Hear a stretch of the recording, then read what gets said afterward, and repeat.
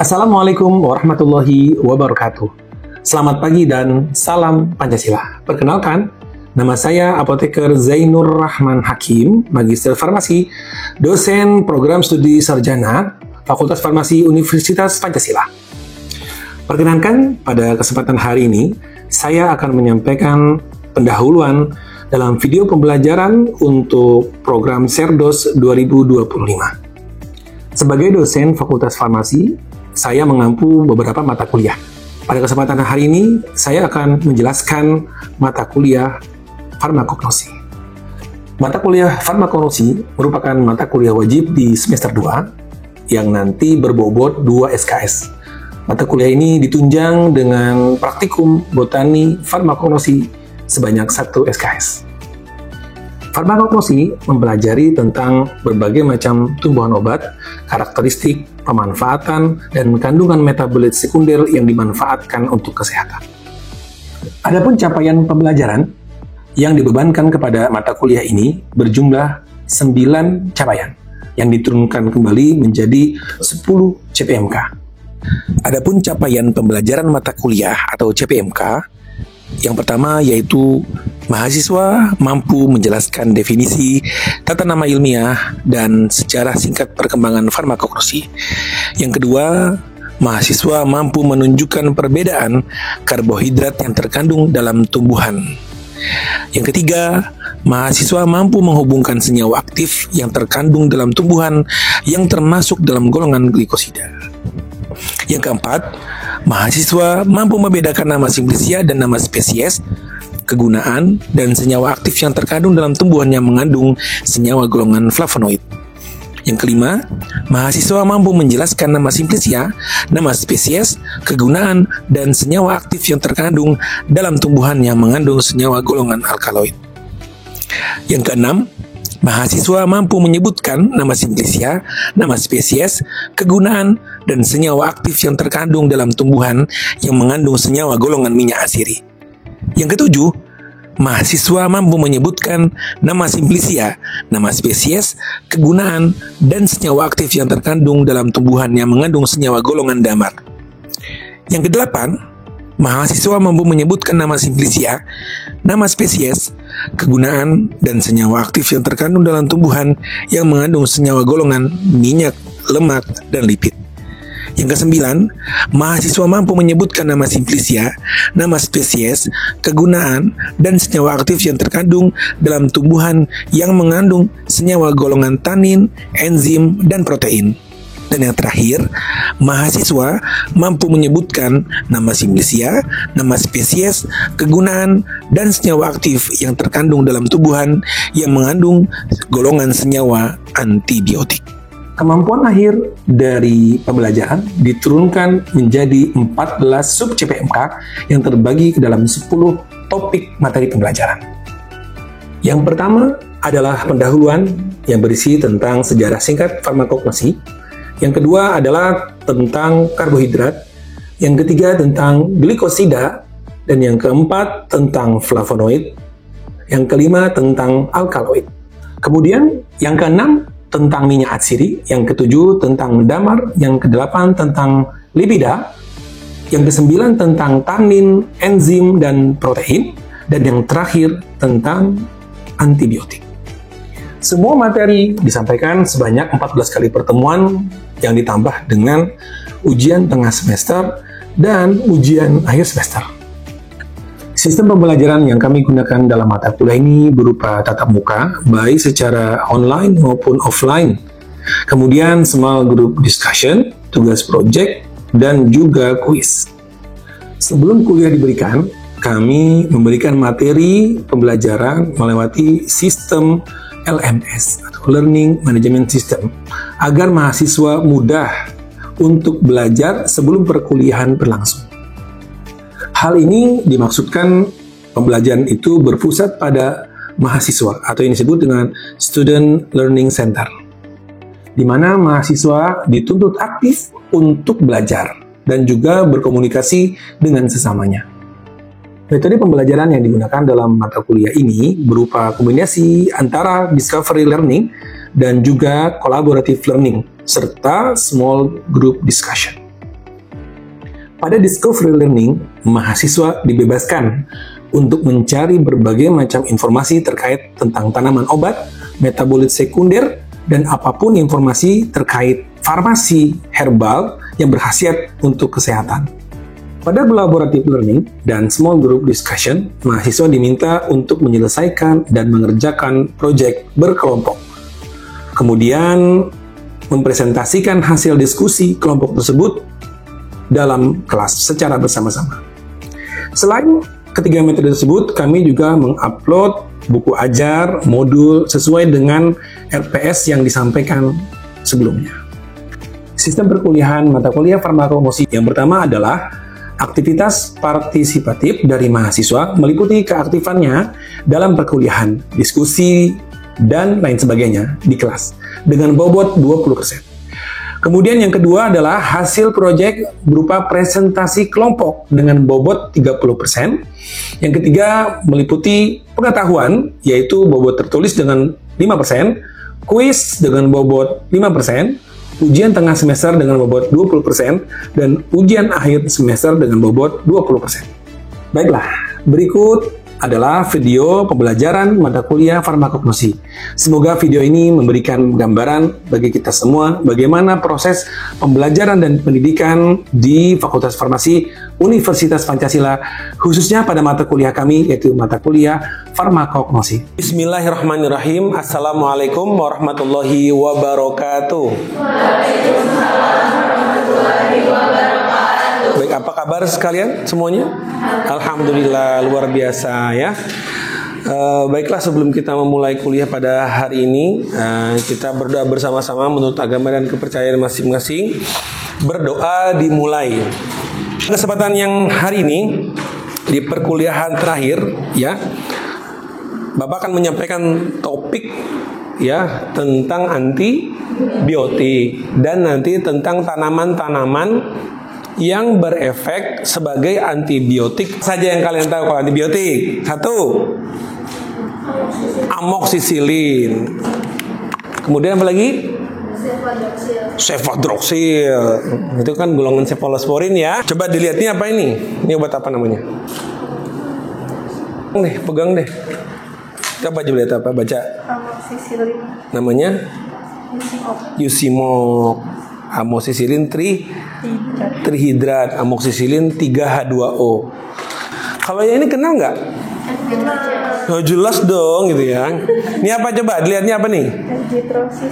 F-Getroces ya. Semuanya itu antibakteri, antimikroba. Saat kapan digunakan? Saat dimana tubuh kalian itu memang lagi lemah sistem imunnya dan terjadilah infeksi. Dalam kuliah ini akan membahas juga asal muasal bagaimana antibiotik itu ditemukan dan tanaman penghasilnya.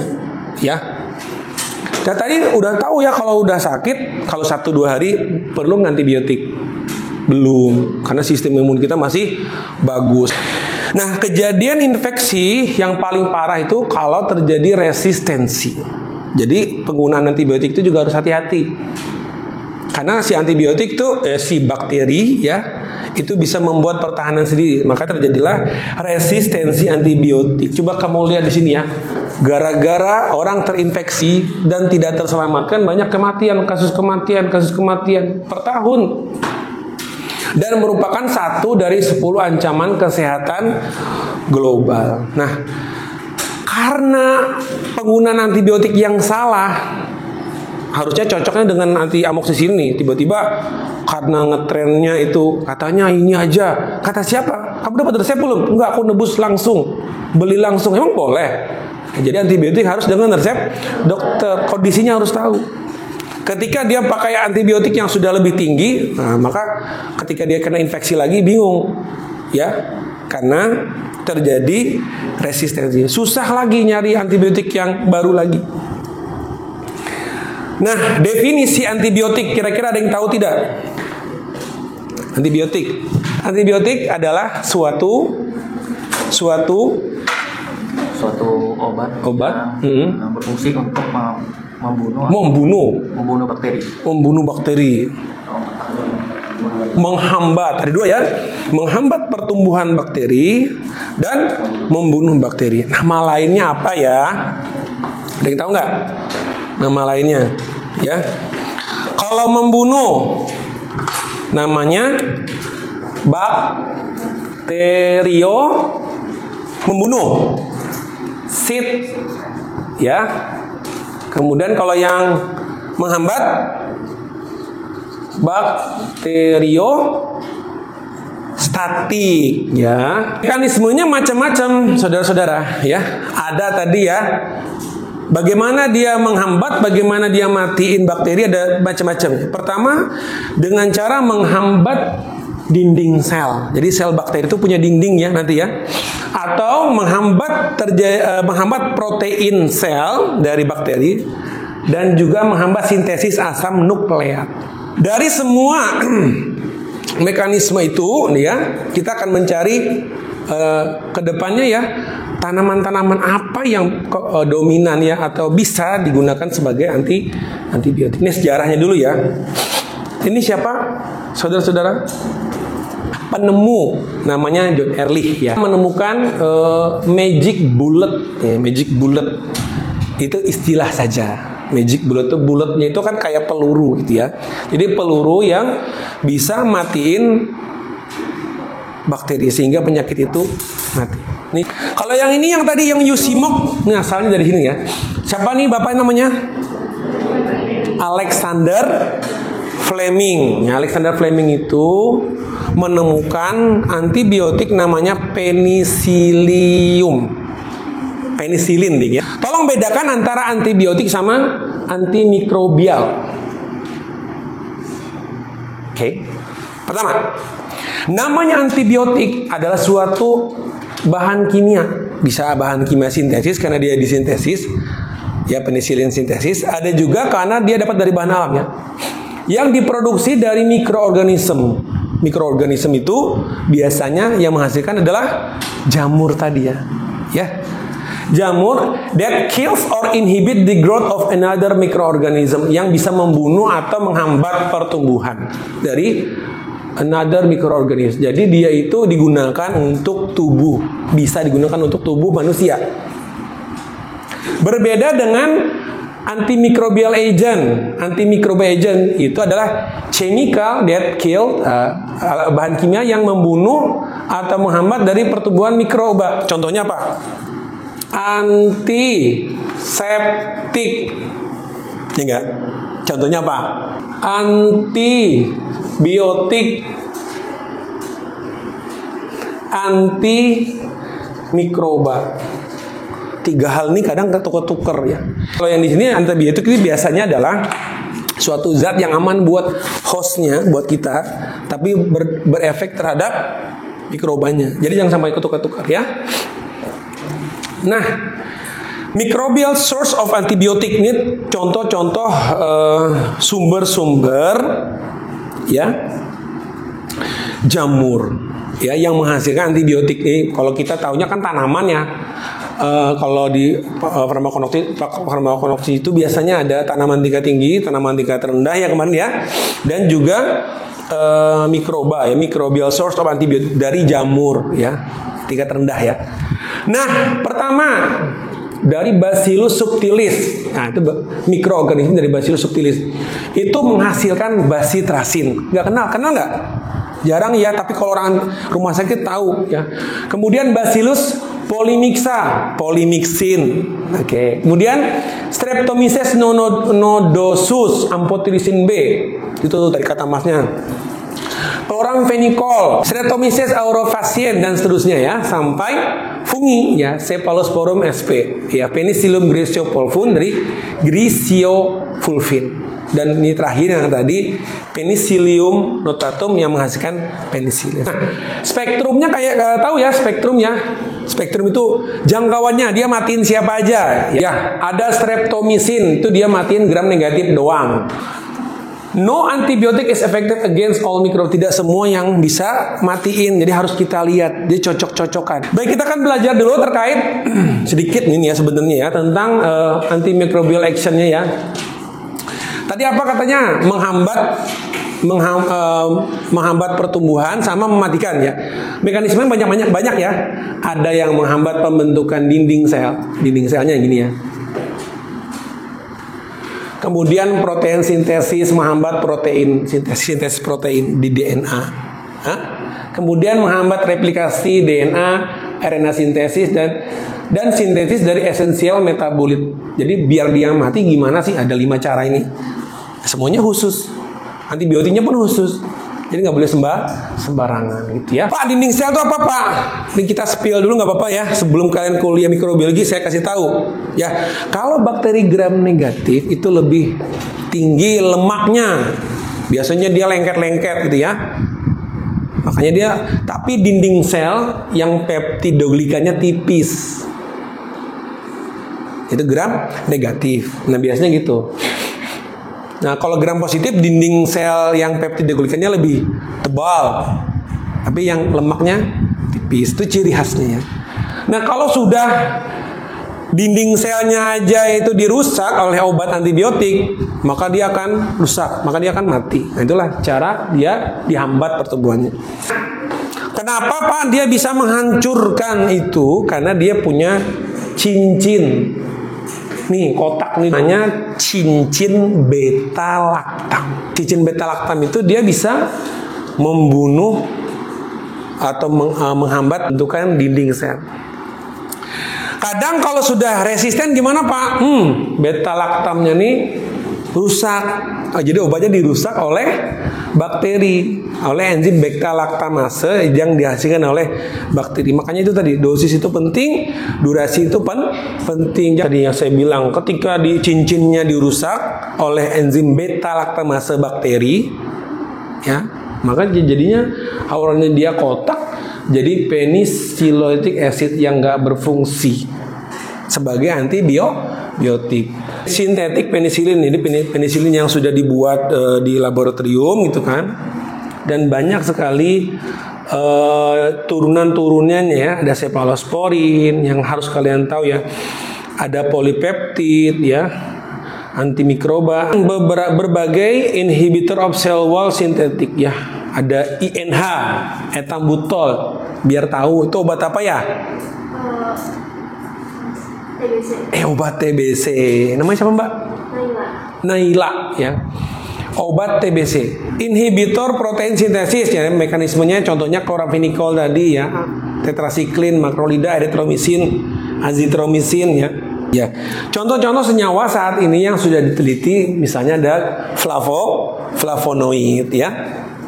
Ada alkaloid, ada terpenoid ya. Keunggulannya apa Pak? Dia banyak target. Sudah bisa antioksidan untuk meningkatkan sistem imun dan juga dia bisa mematikan bakteri juga ya. Alkaloid yang rasanya pahit ya, itu juga bisa ya. Dan sinergitas apa? Bisa digabung atau dikombinasikan dengan antibiotik yang sudah ada. Ya. Contoh tanaman yang bisa digunakan sebagai antibiotik. Contoh yang pertama apa Pak? Allium sativum ya. Allium sativum itu nama lainnya adalah bawang putih ya, bawang putih ya. Karena dia mengandung apa Pak? Ada mengandung alisin. Yang kedua nanti curcuma longa atau curcuma domestica, kunyit. Efeknya sebagai antioksidan juga antimikroba. Osimum santun ya, kemangi. Dan juga jambu biji ini ya, itu ternyata flavonoidnya itu selain dia adstringent, mengurangi cairan keluar gitu kan, dia juga berefek antimikroba, antibiotik ya. Ya, bawang putih dia berisi aliin. Contoh tanaman lainnya adalah azadirachtin, Syzygium aromaticum. Tahu gak Syzygium aromaticum? Kemarin baru ujian loh. Cengkeh, karena dia mengandung minyak atsiri namanya eugenol ya. Ada lagi zingiber officinale yang mengandung gingerol. Bagaimana kita pengembangannya sebagai obat tradisional fitofarmaka, nanti diisolasi gitu kan ya. Nanti bisa diuji klinis toksisitasnya gimana. Kan kita harus minum obat yang aman dong. Kan diuji, dipreparasi ekstraknya ya. Dipreparasi, kemudian nanti diuji ya. Diuji sampai dengan diinokulasi dengan bakteri dan bagaimana dengan mungkin metode Mueller-Hinton dan seterusnya. Itu adalah penelitian antimikroba. Tantangan untuk kita ya, nanti kalau jadi farmasis ya, nah ini melengkapi data klinisnya, bagaimana penggunaan bahan alam sebagai antibiotik tadi ya benar-benar digunakan oleh manusia, tapi dikontrol oleh dokter juga. Kita akan lihat ya data klinisnya seperti apa gitu ya. Dan perlu namanya standarisasi. Ya, standarisasi itu gimana Pak? Nanti kita belajar ya. Kandungannya, bagaimana cara pemanenannya, ya, bagaimana cara produksinya dan seterusnya. Dan bagaimana kita memproduksi obat fitofarmaka atau kosmetik antibakteri. Tanaman obat sumber potensial antibiotik baru. Kalau nanti penelitian tentang antibiotik baru dan bagaimana kita melakukan penelitian. Ya, kita harus belajar lagi ya, bagaimana tanaman-tanaman tadi bisa digunakan sebagai obat antibiotik. Dari Bapak sekian ada pertanyaan. Boleh deh 1-2 pertanyaan yang ini pertanyaan real ya, boleh yang pernah dirasakan tentang antibiotik. Sebutkan nama dan NPM. Oke. Nama saya adalah pertama NPM 721198. Izin bertanya, kan tadi jelaskan beberapa antibiotik itu gampang resisten. Nah, saya pernah dengar kalau misalnya obat tuh, kalau misalnya ada bagian dari gugus tertentu yang kalau misalnya dihilangkan atau ditambahkan itu akan mempengaruhi efeknya. Meningkatkan atau mengurangi. Meningkatkan atau mengurangi. Baik, ya. Dalam antibiotiknya apakah ada juga gugus-gugus tertentu yang dapat meningkatkan kualitas sensitivitas. Oke. Oke, Mas siapa namanya? Edward, ya. Pertanyaannya, ada nggak senyawa-senyawa yang bisa ditambahkan agar dia tidak terjadi resistensi? Oke, ada lagi pertanyaan? Nggak ada? Saya jawab dulu ya, izin ya. Salah satu contoh yang sudah dan lagi resistensi adalah golongan amoxicillin karena penggunaannya itu loh. Makanya peneliti mengembangkan bagaimana dia itu tidak resistensi. Berarti dia melindungi siapa yang berperan terhadap efektivitas atau aktivitas antimikroba pada penisilin ini tadi ya, yang bentuknya kotak.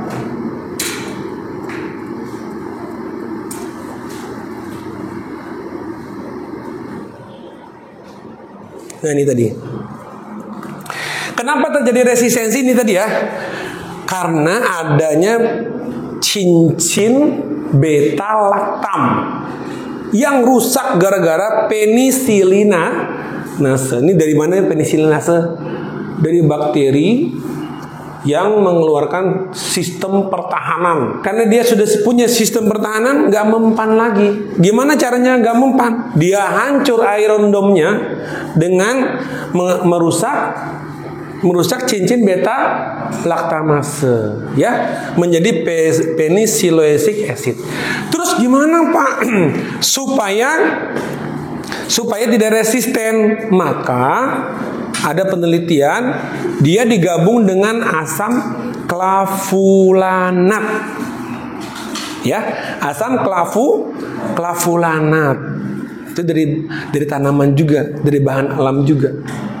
Asam klavulanat itu ditambah dengan penisilin, dia punya ring baru. Wah, kayak kamuflase gitu ya. Gak ketahuan. Padahal isinya penisilin juga. Namanya apa tadi saya bilang? Asam klavulanat. Obatnya namanya apa? Amoxiclav. Nah, asam klavulanat itu ketika dia melindungi dia akan merusak apa? Namanya juga asam. Dia akan merusak penisilinase. Penisilinase ini apa bentuknya Pak? Protein. Asam dikasih protein, jadinya gimana? Rusak, menggumpal. Kalau udah menggumpal, dia berefek nggak penisilinasenya? Enggak, mati juga penisilinasenya. Akhirnya ketika penisilinasenya rusak, dia baru buka masuk, baru dia bisa menghancurkan bakteri dengan menghambat dinding sel bakteri. Lagi pertanyaan satu lagi, yang cewek dong, yang cowok udah. Mas. Aku mau nanya Pak. Ya, nama siapa nama?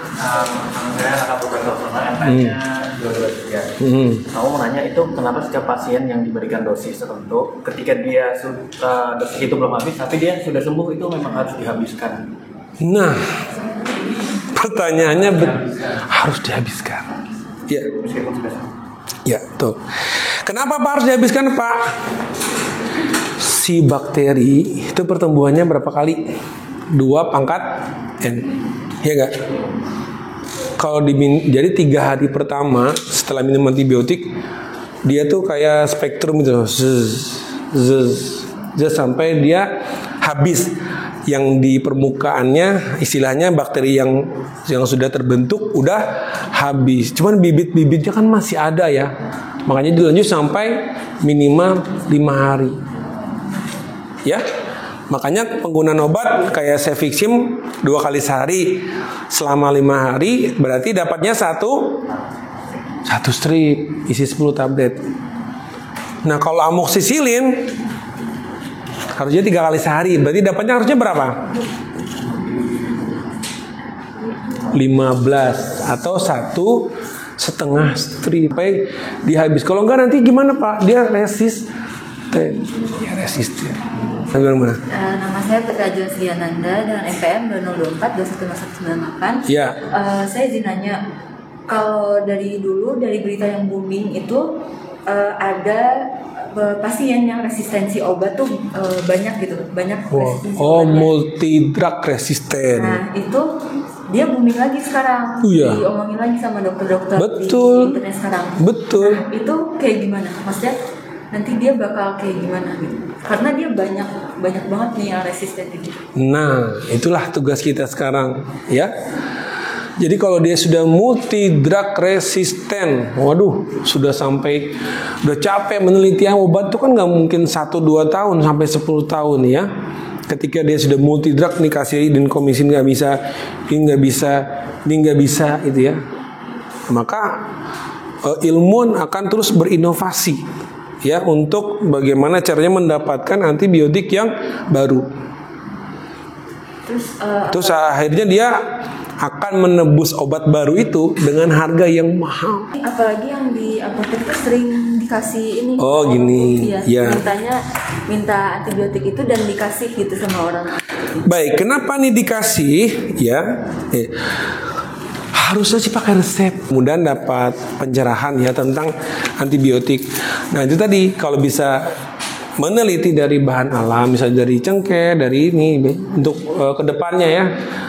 Apa saja sih kalau ini sudah resisten? Nah, kesempatan kita untuk meneliti bahan-bahan alam apa saja, mau di daerahmu nanti ada yang baru untuk aktivitas antibiotik gitu ya. Tanaman antibiotik salah satunya itu bawang putih. Iya. Nah, setahu saya tuh ada bawang putih yang berwarna hitam. Oh, bawang putih. Oh, iya. Nah, dia kan hasil fermentasi. Iya. Apakah kandungannya tuh masih ada kaitannya antimikroba atau antibakteri seperti bawang putih yang segar? Kait dengan fermentasi ya, berarti fermentasi dia akan merubah bentuknya, warnanya, dan juga mungkin aktivitasnya dan peruntukannya biasanya yang saya tahu ya. Karena resisten itu kalau dia segar dia berefek antibiotik, antibakteri. Tapi kalau sudah difermentasi nanti berefeknya berbeda, anti kolesterol gitu. Bahan alami itu metabolitnya kalau misalnya difermentasi dia akan berubah fungsi. Bisa jadi anti kolesterol efeknya ya. Dan saya cukup. Terima kasih atas perhatiannya. Semoga ini bermanfaat. Dari saya, assalamualaikum warahmatullahi wabarakatuh.